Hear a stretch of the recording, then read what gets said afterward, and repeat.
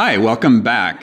So I'm Paul Hargreaves again here with Dawson and Tammy Bradford, and they are some experts just from the standpoint they've been doing 13 years plus of teaching, plus parenting, and if I was actually trying to think of being a parent out there. I am a parent, but my daughters are grown, 3 grown daughters.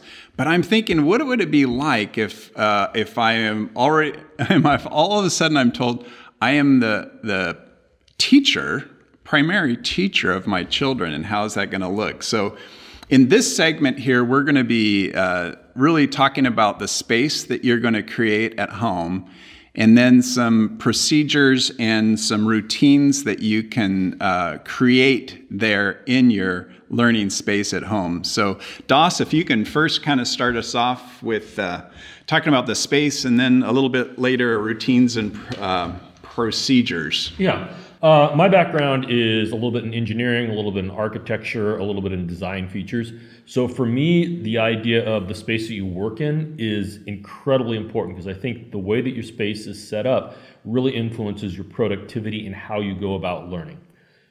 So one of the things that was really important for me as a teacher is I will go into school a couple of weeks prior, setting up the classroom, and I'll even go ahead and stand in front of the classroom thinking about how a student will walk in and see the chalkboard or the calendar, and how the student will walk from one edge of the room to the other with other students within there.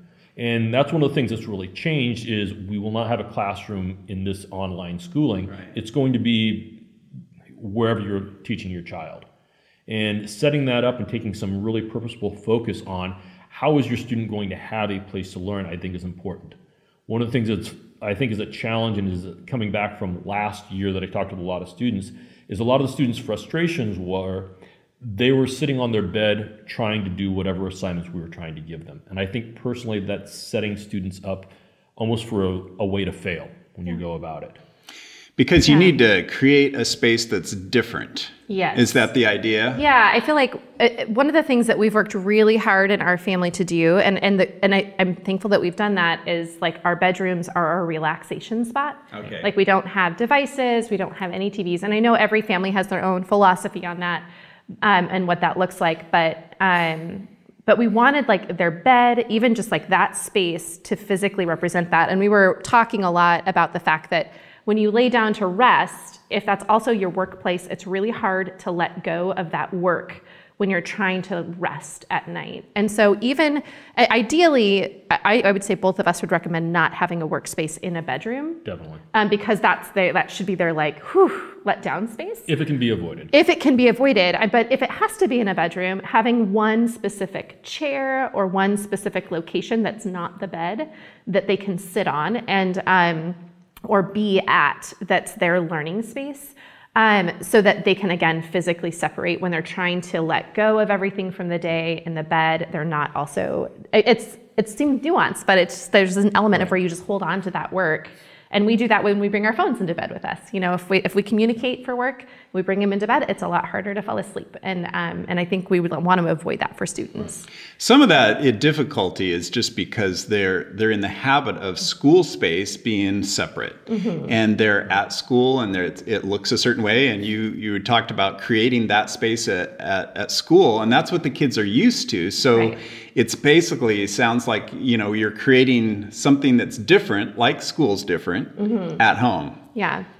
Before I became a teacher, I actually worked remotely for about 7 years. And that transition of being in an office to working in a one-bedroom apartment was a really big change for me. And it took me a long time to kind of establish some procedures, such as having a desk that was only for work, having all my supplies at that desk that were only for work. If I wanted a pair of scissors, there were my work scissors, and then there were my home scissors. Oh, interesting. And by keeping that separate, it was a lot easier for me to go ahead and say, I'm at work, now I'm at home. The other thing that I found was very beneficial for me was when I was alone a lot of times, I needed to get work done. There was a time for that, but also it benefited me to be around other people who were also working. So there were a couple of places around where I lived, like cafes that I would go to, and there were other people who would bring their work there and have coffee. And I'd go there often when I really needed to focus because everybody else was working around me too. So I was kind of in that work mindset. So a lot of times having multiple students in the same room who are focusing, if you have multiple kids, can actually be a benefit. Yeah, especially if, I mean, at school they do it all the time. At home it's a little harder because it's their siblings. Right. Or maybe a neighbor. And so it's still, that kind of goes now into that routine of how do we treat our siblings like classmates instead of like siblings during the day. And we ran into that problem, actually. I would say our son really wanted to help our daughter with all of her learning, and that was kind of became a problem because he wasn't doing his own things. So we had to create that physical space and that routine for him. And I would say, if we're talking about space as well, one really powerful way to create space for a kid to feel like they're focused on their work is actually a set of headphones. Definitely. That's something that I would really highly recommend. Not only does it cut down on all of the sound in the house, if you have all of these kids doing videos and interactions, it creates them having that space. And when we set that up for our son, they were both sitting at the table for a while, and then we had to move him to a place where he was facing the wall. And every kid's different, as we were talking about, so once he was facing the wall, he could also have his headphones on, and he could also listen to music that created that space. It kind of makes me think of like when you're on the subway and you don't want people to talk to you kind of space, that it gives you that like your own personal bubble. So even as something as simple as a set of headphones and facing a wall can make that space for you.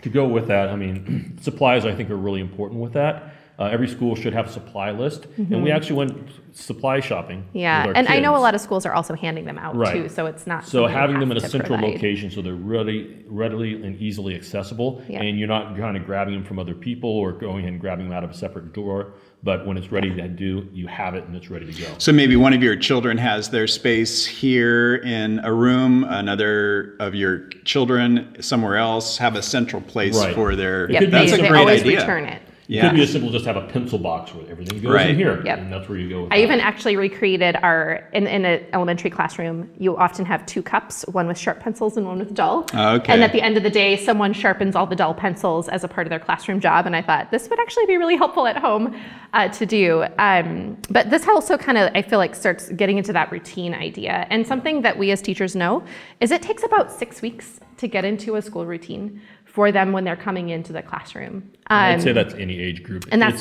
doesn't matter. Even as a high school student, I don't feel that we really get into the meat of the learning until after the first 6 weeks of school. Yeah, it takes a long time. And I feel like as parents, we feel like, we just taught you this yesterday. You should know how to do it. But when you're transitioning into that from summer, and especially from distance learning last year, when it's like everything was in disarray, like give yourself grace as a parent to understand that, like, even as teachers, as trained professionals, we take 6 weeks of where do our scissors go? How do we treat these supplies? Where do they go at the end of the day? What's our cleanup procedure?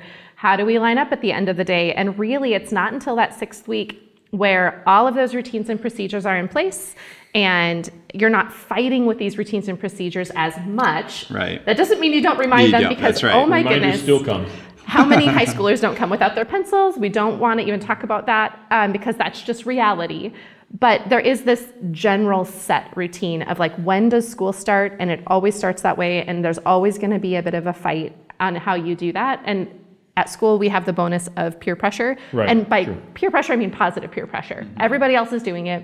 We're all here together. At home, they're still looking at you as like, oh, this is our safe place home and our relaxed space. And so that's where that other space comes into play. So a lot of teachers put a schedule on their board for a reason, and that's something you should do as well. Is maybe have on the wall. There's a schedule. There's a certain routine that you're building following. in those breaks for like that 25-5 we were talking about. Right, I mean, for kindergarten, it's really more like 7 and 2.